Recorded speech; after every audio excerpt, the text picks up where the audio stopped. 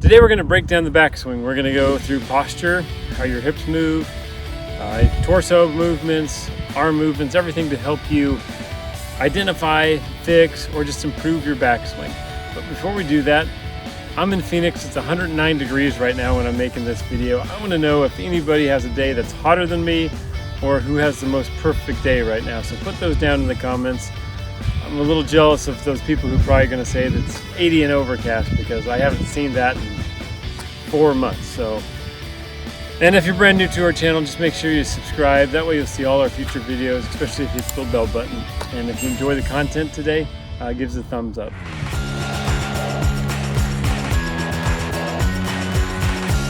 So today's video for the backswing, I'm going to be using a 7-iron. So just understand that whenever you set up, depending on the length of the club, it does change a little bit, all right? As the club gets longer, you tend to stand taller. Club gets shorter, you tend to bend over more. So for the 7-iron, things that I like to look for, first is we see how much our hips need to go backwards. And so you take just your club head, and when you go back, that's how far back your hips should be. Knees will just be relaxed. Tips of your shoulders should be past the tips of your shoes, right? This would be too up and down and looks like you're gonna start to fall backwards, so it's not very balanced very well. And the back of your armpits should be going through your kneecaps. So those are our checkpoints. Then if it feels like where the weight needs to be in your feet is the next thing, because if it's toes, you can see my shoulders go forward, if it's back, everything looks too far back.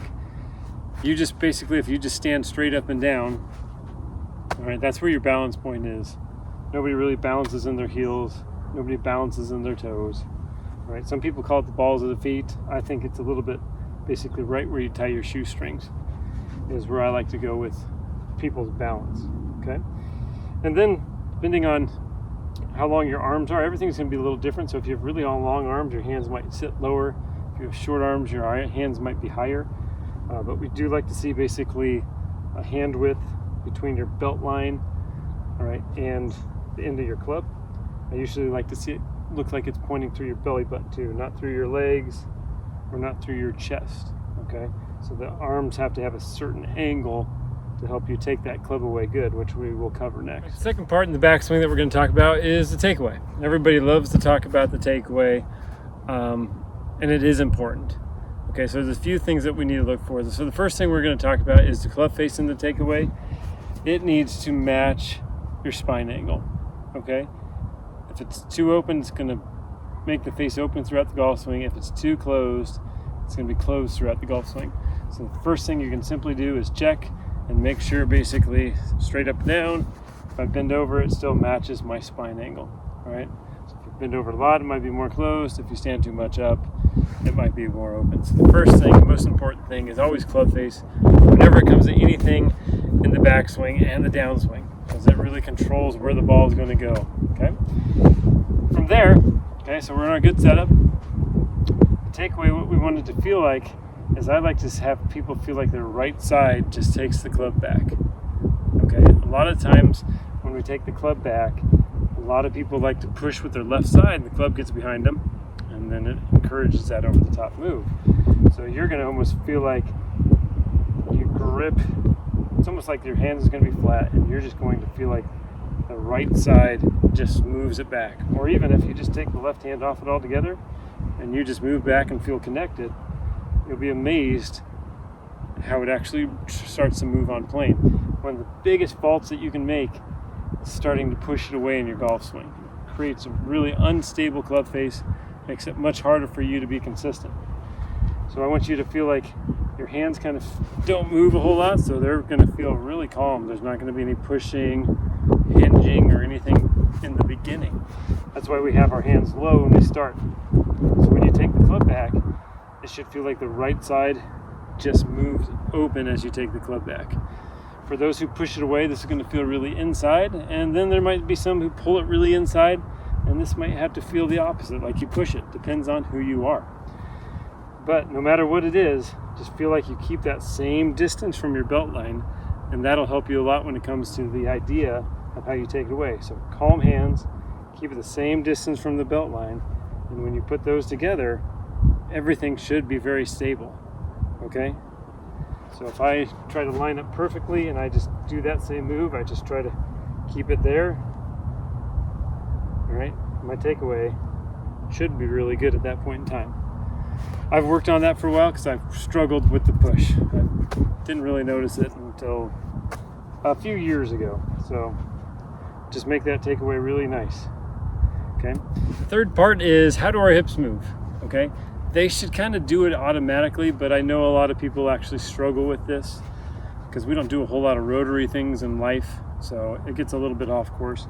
First thing that you can do is just kind of understand how your hips move. So if you get into your golf posture and you hold your left arm out like this and you try to just punch the wall behind you, you'll see how my hips move. They don't slide, they don't go like that, they just move naturally, same way on the way through. Okay, we want your hips to feel like it's not going to be a rotation in a sense that a lot of people have. So a lot of people might have that really good setup and they're going to turn their hips by getting this left leg out in front, and they're turning their hips, but they're also losing posture, and it's going to lead to this on the way down because your hips are going to try to match up and you're going to lose posture, and your perfect backswing doesn't matter because your downswing is going to be all messed up. All right, so what we want you to feel like is if you put a club across your hips, it's going to feel like you actually move the right cheek backwards. Okay, my hips are still turning, but it's kind of I don't want to say it's an illusion, all right, but it's turning backwards. That's why we see the back leg of really good golfers. It starts to extend. It doesn't stay bent. It doesn't lock, but it extends a little bit because this hip is actually going up and back at the same time.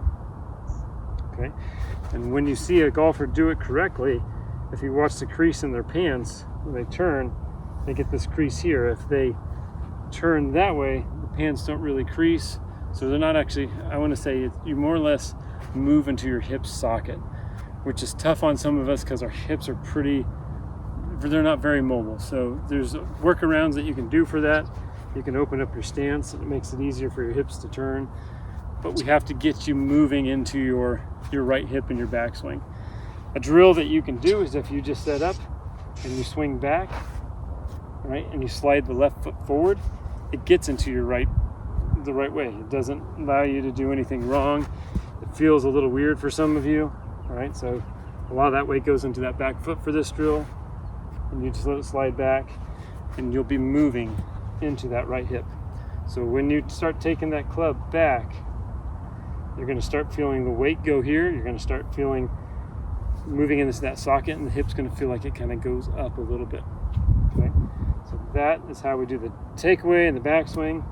And practice punching the wall, see what it looks like in the mirror, and if you have to make adjustments based on your limitations, just flare those feet open a little bit. All right, our next part is, what do arms do? What do they need to do? So this is the simplest way. If you've watched my videos, you've seen me do this. If you hold the club out in front of you and you just bend your right arm, you'll see the club goes across your body just a little bit, okay? And then if you just turn to the top, all right, so that is the movement of the arms, is basically turning and the right arm folding. Okay, that is the easiest way we can do it. But we need to talk about how much it needs, what angle it needs to be at. So if you set up to a golf ball, all right, and this is our target line right here. When you take it back, so our takeaway, when you take it back to 3, so when the left arm's parallel with the ground, it needs to look like it's pointing at the target line of the ball. Okay, so if I do that, I take away, set it up there, all right, and then I just stand straight up. You can see it's just that right arm folding basically, and the club going across just a little bit. So good takeaway, holds up, points at my target line. So I'm 2/3 through the golf swing in the backswing, and I'm right on plane. The club face will magically do exactly what it's supposed to. It should match the left forearm, right? And we're in a good spot. Okay? Be careful that you don't let that arm bend too early, or you don't have to keep it stuck to your body.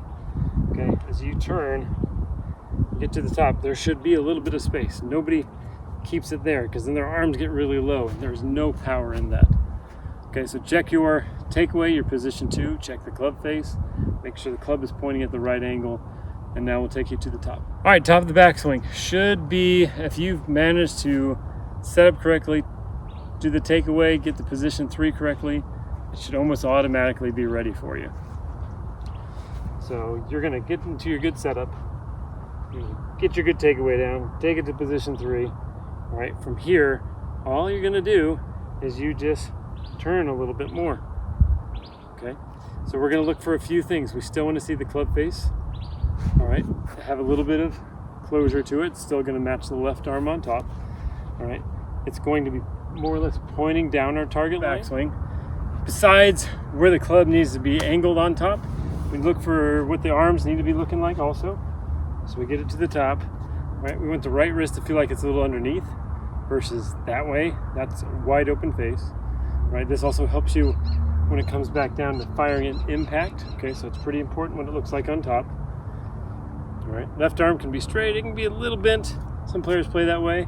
We look for the right bicep to feel like it's more pointing towards the ground and then pointing towards the sky. All right, as you can see, when it points towards the sky, where the club starts to kind of go. Okay, so that controls it also. And then just how much it's bent is basically 90 degrees. Okay, some of you might let it bend a little bit more so the club gets a little bit further back.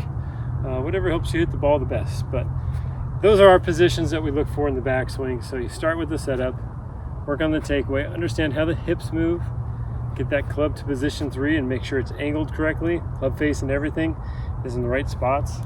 And then if you do all that stuff correctly, when you get to the top, it should all be right where it needs to be. All right, you're gonna see that your chest is turning more across your body versus leaning forward.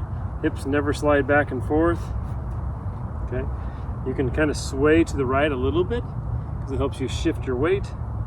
All right, but it's not a huge move.